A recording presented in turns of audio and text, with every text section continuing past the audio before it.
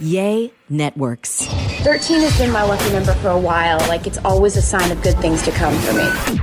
This is 13, a Taylor Swift fan podcast, breaking down every song, every Easter egg, every era, and every theory. Hosted by the biggest Swifties, Nick Adams, Anna Szabo, Amy Nichols, and Lacey Gee. Welcome to 13, a Taylor Swift fan podcast. I'm Lacey Gee. I'm Anna. And it's just me and you again, yes, tag teaming it. Nick Adams and Amy Nichols are out today. So initially we were going to do our 1989 final rankings, but we're not going to do that with everybody gone. I know. That would feel wrong to do that without them.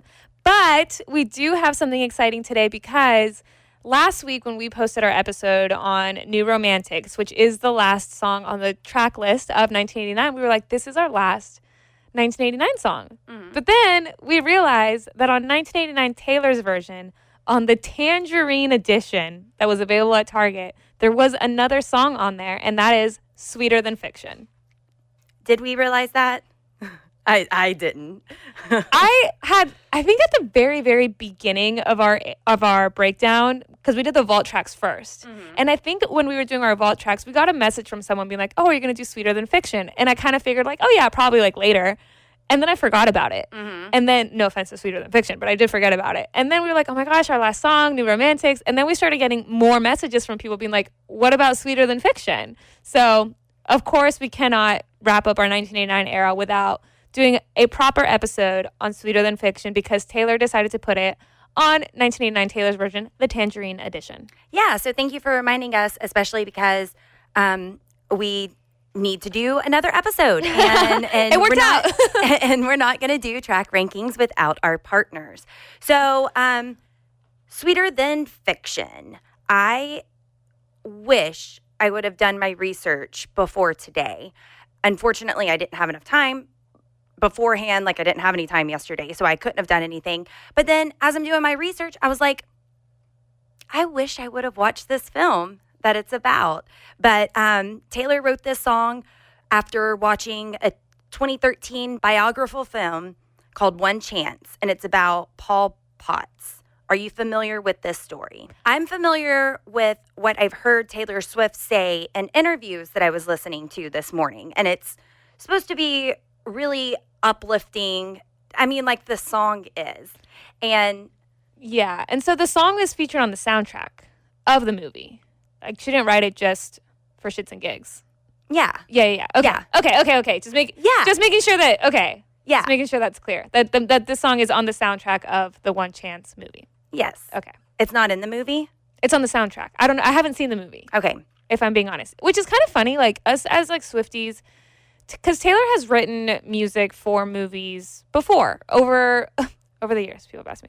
Over the years, she has written songs. She wrote Carolina for Where the Crawdads Sing, Beautiful Ghosts. We have Sweeter Than Fiction. There are like a number of movies that Taylor's written songs for, but I've never felt compelled to watch the movie just because Taylor wrote a song for it. You know what I mean? Well, I felt compelled to watch Where the Crawdads Sing because I read the book. Right. And the book was really good. Right. And we passed it around our little book club that we had going on at work.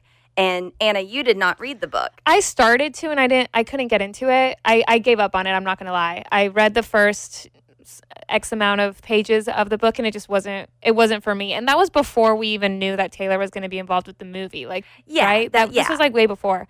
And I couldn't get into it. It just wasn't my cup of tea, so I didn't finish reading it. And then when Taylor announced that she was writing a song for the movie soundtrack, because the movie was coming out, I was like, do I go back and read the book? And I just couldn't. I was like, I'll just watch the movie. So we all went to go see the movie together. Mm-hmm. But that was different because we read the book. Like, yeah. You know, like, have you seen Cats? No. And have you seen that other Amsterdam movie that Taylor was in for like a split second? I watched until she wasn't there anymore. It's interesting. I think I tapped out after that. I just think it's interesting because we are such, loyal and dedicated fans with anything that Taylor Swift does. Any video she puts out, any song she puts out, any variant of any edition that she puts out, the 12th variant of the same album. We're very, very loyal and dedicated. But for some reason, when it comes to like, I don't know, maybe like, I guess you could consider it like this, like a side project. Like, even though this movie came out in 2013, I still haven't watched it, you know, but I'm sure it's great. I'm sure it's good. Well, based off of what I saw today, I think that I do want to check it out. What was really cool is when she did this, she had told her label that she had to be a part of it, despite her label telling her no new music until the next album comes out. Oh, really? I didn't know that. Yeah. And she wrote and produced Sweeter Than Fiction for the soundtrack of One Chance with Jack Antonoff. So here's an interview, a flashback interview of Taylor Swift talking about why she wanted to do this song. You've written so many amazing hit songs, but when you write for a film, can you talk about and even demonstrate a little bit of your process for this movie, One Chance? I think for me, writing a song for a movie, especially a movie as great as the movie One Chance, it's almost a relief to get to take the perspective off of yourself and kind of focus in on what someone else's motivations might be, what someone else's feelings might be. Because you're writing from someone else's perspective at that point. And for me, I almost never do that. I'm a very confessional songwriter, so. Pause. She just said she was a confessional songwriter. And the first time that I heard that, I was like, wow. I don't know that I've ever just like, I mean, she's a brilliant lyricist, of course, but I've just never thought of her. I've never put those words together and thought of Taylor Swift as that. Confessional songwriter? Yeah. Yeah. Because we've said other words. Like we've said autobiographical or, you know, things like that she's like said on tour. But yeah, confessional songwriter. That's really, I thought that was great. Very accurate. I usually write about things that I'm going through in my own life. And writing a song for a movie like this, there's a relationship that really inspired me in this movie, and it's the relationship between Paul Potts and his wife. And she, Jules is her name, she always supported him throughout everything, even when he was at his lowest points in life. And I was inspired more by that relationship than this other incredible storyline that's taking place, which is that, of course, he achieved this almost impossible dream. I was inspired by the fact that she supported him along the way and would have loved him whether or not he had made it. So I think for me it was just, I got immediate melodies in my head and just started, like, got my guitar and called up Jack Antonoff and said, let's write a song. And then, I don't know, like, I think I started with, like, the verse first where I was like, oh, that pick's still in there, isn't it? Hit the ground, hit the ground, hit the ground, oh, oh, only sound that you hear is no. Yeah. Oh my gosh. So for anyone that's unfamiliar with the story, that she's talking about the story of this movie, this movie, One Chance, it follows the true story of Paul Potts. He was a shy and bullied shop assistant by day, an amateur opera singer by night, and he became an absolute phenomenon after being chosen for, and, spoiler alert, ultimately winning Britain's Got Talent. So this movie was produced by Simon Cowell, and in the movie they also include like archive footage of Paul when he was on Britain's Got Talent.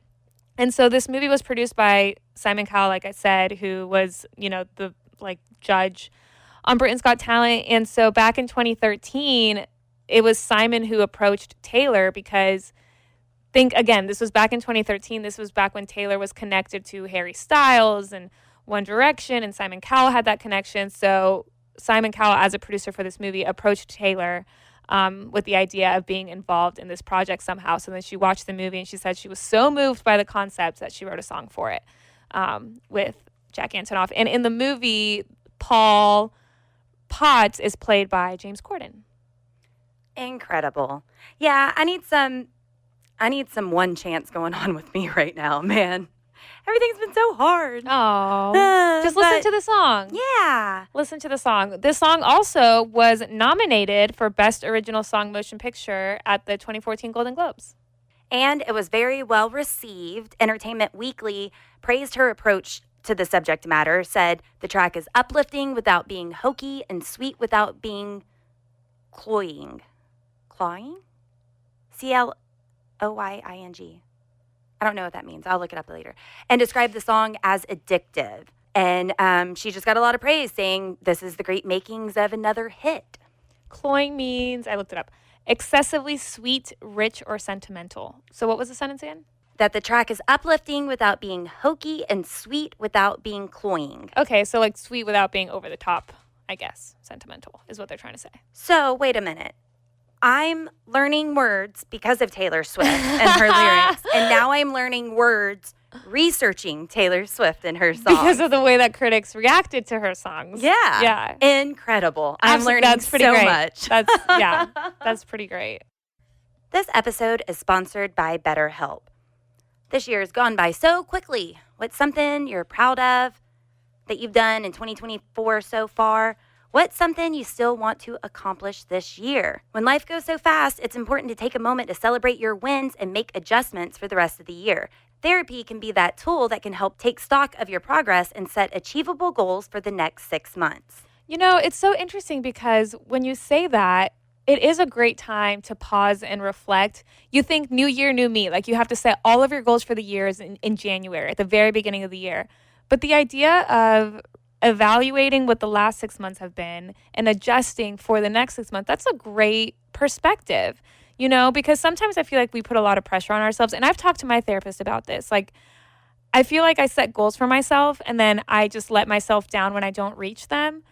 But she said something really great about how, you know, just because you set a goal for yourself, like you can't set yourself up for failure like that. And it's, you know, good goals, like health goals, like things like that. But talking to someone can help you realize what you actually have to prioritize and how to not beat yourself up when you don't reach those goals. So if you're thinking of starting therapy, give BetterHelp a try. It's entirely online, designed to be convenient, flexible, and suited to your schedule. Just fill out a brief questionnaire to get matched with a licensed therapist and switch therapists at any time for no additional charge. Take a moment, visit betterhelp.com/Taylor Swift fan today to get 10% off your first month. That's BetterHelp, HELP.com/Taylor Swift fan. Warmer, sunnier days are calling, and you can fuel up for them with Factor's no prep, no mess meals. Meet your wellness goals in time for summer thanks to the menu of chef-crafted meals with options like Calorie Smart, Protein Plus, and Keto. Factor's fresh, never frozen meals are dietitian approved and ready to eat in just 2 minutes. So if you only have a few minutes between meetings during the day, or you get home and you're just so hungry but you have no time to cook, Factor is where you should go. They have 35 different meals and more than 60 add-ons to choose from every week, and you'll always have new flavors to explore. You can crush your wellness goals this May with dietitian approved meals and ingredients that you can trust. And these are delicious. From breakfast to dessert, you can stay fueled with easy, nutritious options. And you can keep kitchen time to a minimum. Factor meals are ready in 2 minutes, so no shopping, prepping, cooking, or cleaning up. Enjoy effortless support for your lifestyle. Head to factormeals.com/Taylor Swift fan 50 and use code Taylor Swift fan 50 to get 50% off your first box plus 20% off your next month. That's code Taylor Swift fan 50 at factormeals.com/Taylor Swift fan 50 to get 50% off your first box plus 20% off your next month while your subscription is active. Speaking of movies and Taylor being involved in movies, we do know that she is working on a movie, right? Like she's directing a movie.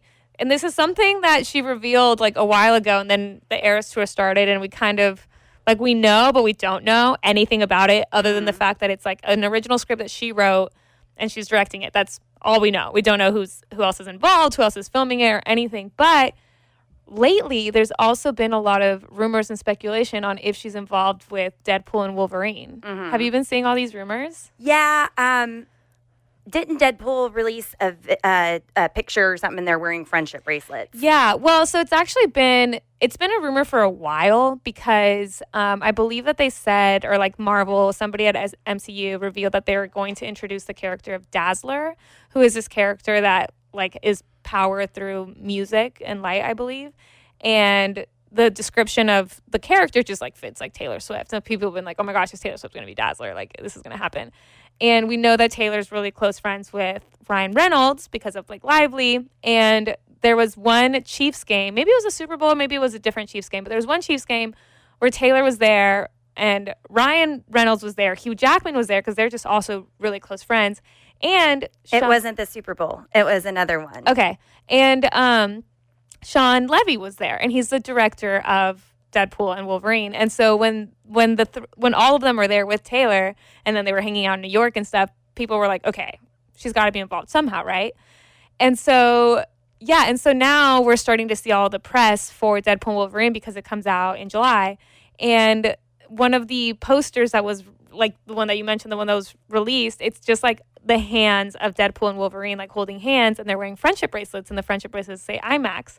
So we were like, okay, like, how much more obvious can you make this, you know? Like, she's, like, involved somehow. But then I saw an interview where the director, Sean Levy, just kind of straight up said, I should have denied it sooner. No. Ryan Reynolds, is going to kill me because no, like, there's no such thing as bad press. Like, if people think that maybe she's involved, they're going to go see it, And so he was like, oh, man, like, Ryan's going to kill me. I should have denied it sooner, whatever. But I'm curious, even if she's not involved, unless that's a ploy, unless that's what they want us to think, unless that's a trap and she is involved, we don't know. We haven't seen the movie. But I'm wondering if maybe even if, like, she herself is not on screen, if she has a song in the movie. That it doesn't matter if you put a friendship bracelet on it, if you say Taylor Swift in any form or fashion. What was that movie that I was so wrong about that everybody was had something to do with plaid? Argyle. That's it. Yeah, and people were hardcore theorizing that Taylor Swift, that was going to be her secret movie that she directed and put out. Yeah, because I wonder, like, at a certain point, you do have the press around, is Taylor involved? People are going to come see it because they want to know.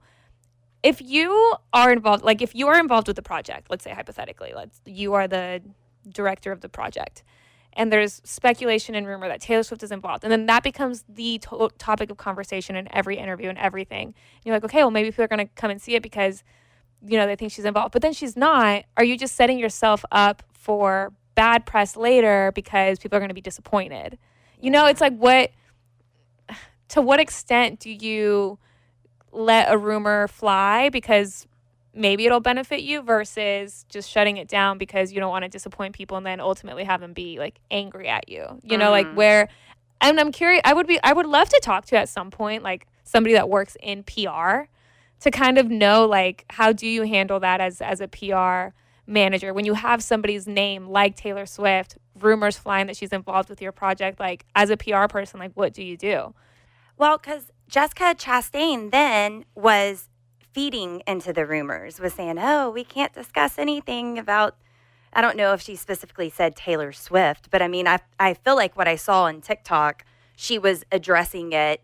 Oh, we're not going to talk about that. Without addressing it? Yeah, we're not going to. So to me, to not say no, then you are kind of dragging it out. But I believe shortly before the movie came out is whenever they denied it. Yeah, it was like right before. But the rumors were circulating for a while. Also, confession, Anna.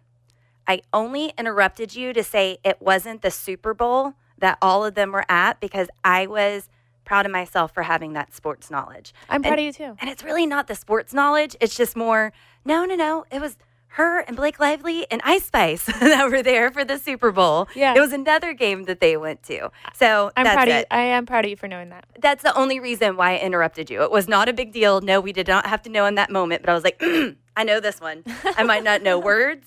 I might not correctly predict songs. But I knew that information. I knew who our girl was hanging out with at the Super Bowl. Yeah. Can't tell you the score. I know the Chiefs won. Chiefs won. Yeah.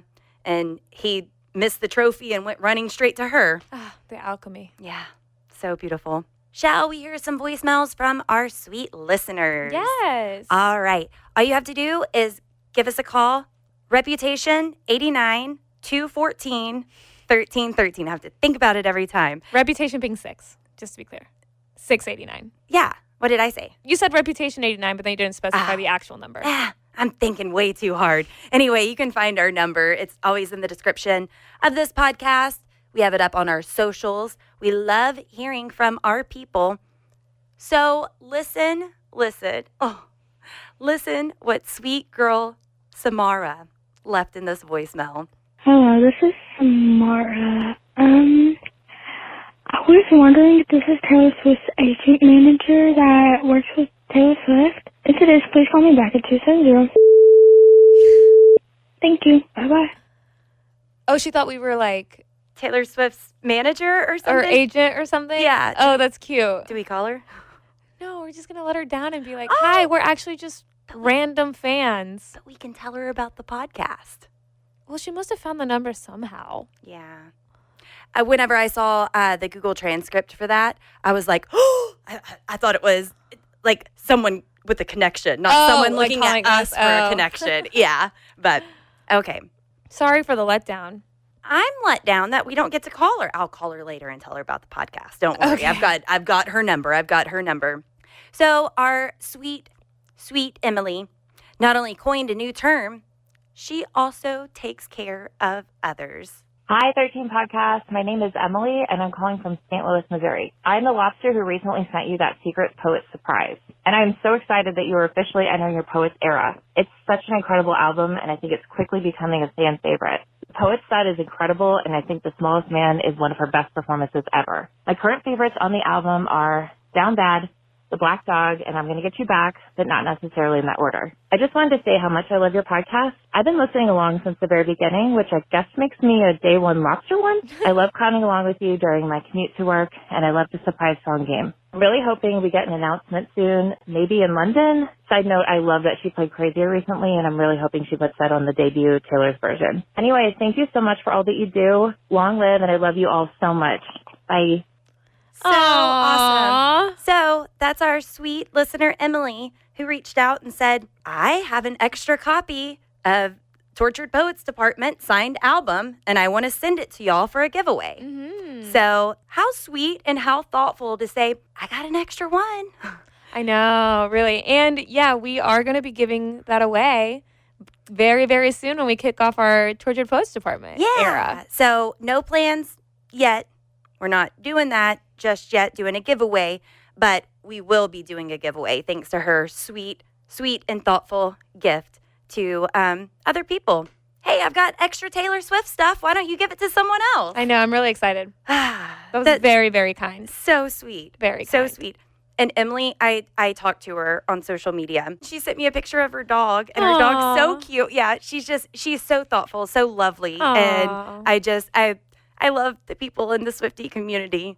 It's so sweet to be thinking of others. Very. Warmer, sunnier days are calling, and you can fuel up for them with Factor's no prep, no mess meals. Meet your wellness goals in time for summer thanks to the menu of chef-crafted meals with options like Calorie Smart, Protein Plus, and Keto. Factor's fresh, never frozen meals are dietitian approved and ready to eat in just 2 minutes. So if you only have a few minutes between meetings during the day, or you get home and you're just so hungry but you have no time to cook, Factor is where you should go. They have 35 different meals and more than 60 add-ons to choose from every week, and you'll always have new flavors to explore. You can crush your wellness goals this May with dietitian approved meals and ingredients that you can trust. And these are delicious. From breakfast to dessert, you can stay fueled with easy, nutritious options. And you can keep kitchen time to a minimum. Factor meals are ready in 2 minutes, so no shopping, prepping, cooking, or cleaning up. Enjoy effortless support for your lifestyle. Head to factormeals.com/TaylorSwiftFan50 and use code TaylorSwiftFan50 to get 50% off your first box plus 20% off your next month.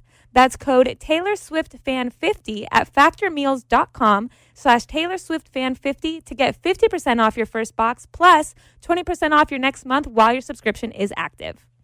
Summer is right around the corner, and we love to have fun, but we're all really well aware that it can get expensive.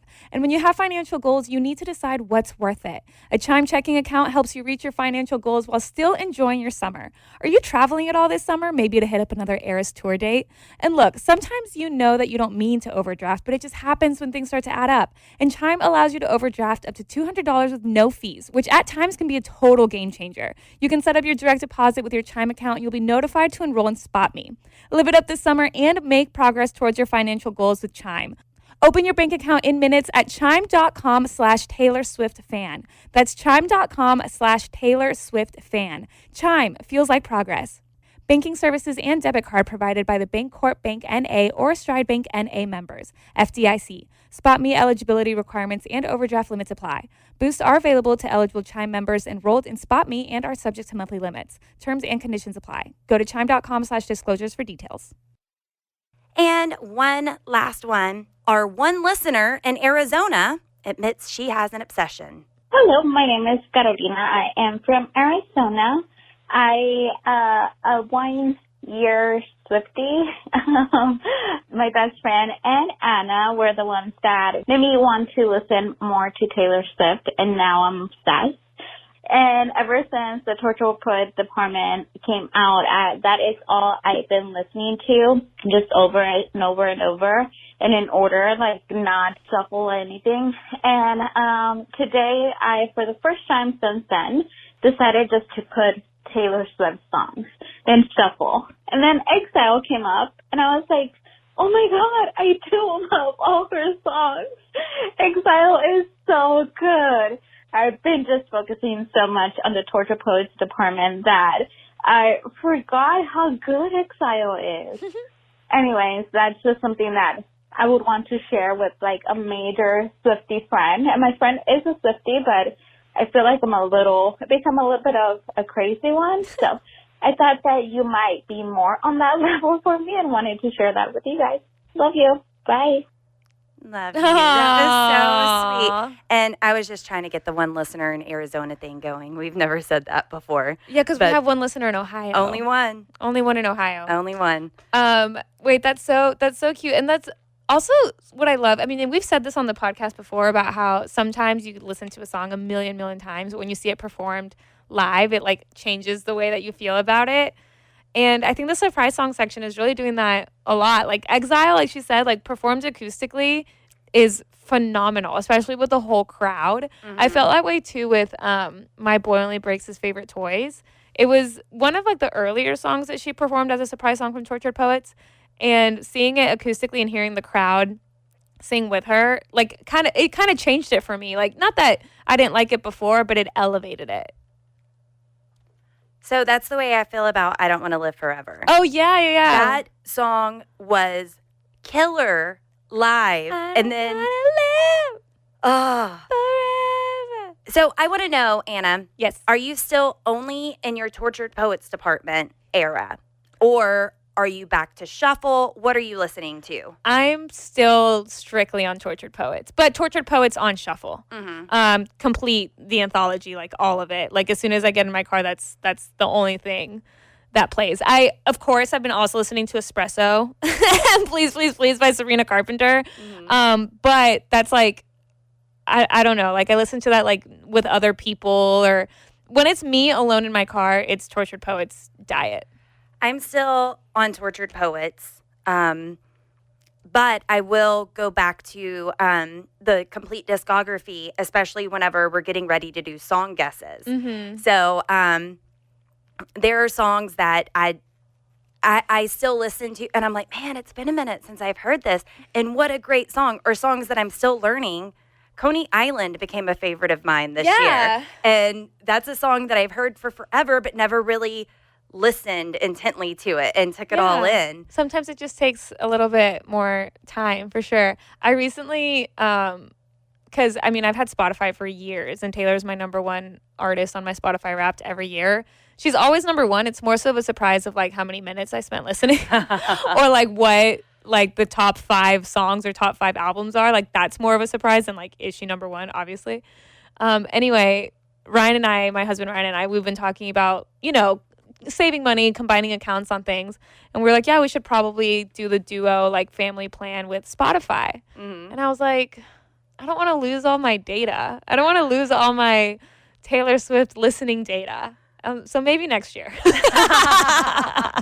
maybe once we don't have a podcast anymore. Right now, Ryan, we need this data. Yeah.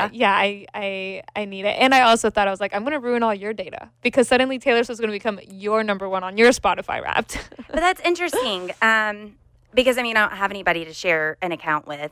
But I don't know that I would want, because I I want You to want know your my data. Yeah. And granted, I don't know, since I've never had the like family or the duo plan, like I don't know if it's by profile that it like does it, or if it does it as like one account. I don't know how it does it, but I don't want to risk it this year. So I'm going to keep mine for this year. Yeah, I just don't want my Spotify Wrap tainted at the end of the year. I need to know what I was listening to the whole time. Right, because it's always fun, especially because it's always Taylor. And with Tortured Poets having so many songs, and I listen to the album like just constantly on shuffle, I'm curious to know what would be my most played. I do have like favorites that I'll like start with, but like I wouldn't be able to tell you right now what my most listened song on Tortured Poets is. And like last year with Spotify Wrapped, I was pleasantly surprised to see that my most streamed song of the year was All of the Girls You Loved Before. Which, like, I love that song and I adore it. And she released it right before the Eras Tour started. And maybe I was just on one, like listening to that like on repeat. But then the rest of the year happened and we got a couple of other like Taylor's versions, albums and stuff. So I was surprised to see it as my number one most played song. So I'm really interested to see what it's going to be this year. So, confession. Taylor Swift was my most streamed artist. My number one song, most listened to song of the year was not Taylor Swift. What was it? Cardi B, Money. because I was manifesting my lucky girl era. That's good. And that's good. And Bring Me Money. It was working. It's not working anymore. Maybe I need to start listening to Cardi B again. Hey, you know what? I mean, I never stopped, but I was surprised that was my number one song. I think I had 2 Cardi B songs. I think for the purpose of why you were listening to it, I think Taylor would support it because in the words of Taylor Swift, blood's thick, but nothing like a payroll. Well, thank you so much for joining us for this episode of 13, a Taylor Swift fan podcast. That was a lot of fun. Thank you, Anna. Yes, of course. And we'll be back soon with our final 1989 rankings with our full squad with Nick and Amy once they're back. And then we are going to fully dive in to the Tortured Poets department. And I am just 2 weeks away from seeing Taylor in Dublin, Ireland. So I'm really excited. And then you're going to go to London. Oh my God. We have such an exciting summer ahead and we're so excited. Thank you guys for joining us. Thank you for joining us for this little bonus episode that we did today. And you know what I just realized? I admitted that I woke up, which is normally what I do. I normally wake up early and prep for the show that day. I don't work with you. You already get up really early. You can't do that. But that's just been my schedule. I know how long it takes me. I'll get up early. I'll prep. Can't do that. I'm not going to be able to do that anymore for the Tortured Poets department. There's no way. There's way too much information. Well, and it's funny too because I was thinking about it during 1989. We always do research. We always find, quotes and what she said and like things like that. But with 1989 and Speak Now and the older albums, like the Taylor's versions, like we already naturally knew it. Like we could talk about the Blank Space music video by heart. You know what I mean? Like we can talk about all of it, all of these songs and what they mean to us and over the years, and like You Are in Love, like everything. And I was thinking about it. I was like, with Tortured Poets, like it's brand new. And we did this with Midnights where it was like brand new that there's so many different ways to interpret it. And especially with Tortured Poets, there's so much like depth to all of the songs. There's so many layers. It's very convoluted. And that makes me very, very excited because I feel like all of us together, we're gonna learn a lot. We're gonna learn a lot with the poetry, with the lyrics, with the music, with each other. Like I'm really, really, really excited for this. Like I'm literally gonna have to set aside 5 hours a week. Yeah. I mean, just a lot, come to think of it. And I'm happy to do it. I didn't really put that into perspective that I'm waking up at 5 or 7 in the morning so I can get ready for a podcast that day. And I'm not going to be able to do that anymore. I have been like over the last few weeks saving things that come across like my For You page or Twitter or Instagram or anything that has to do with interpretations of Tortured Poets. And it's been really hard for me to not send it to you guys because I've just been saving things to then like, oh, when we get to the song, I'll share this. Or when we get to this part, then we can like share this and things. So I've been collecting information. Me too. I have been saving some for future episodes and still continuously getting my mind blown over what people are realizing, finding out the English language interpretation of something. I mean, Yeah. it's insane, the depths that she goes to. I know, I'm so excited. I can't wait. So join us next time. Thanks for listening.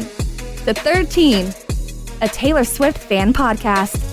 Subscribe for free and leave a positive review on Apple Podcasts, Spotify, or Google Podcasts.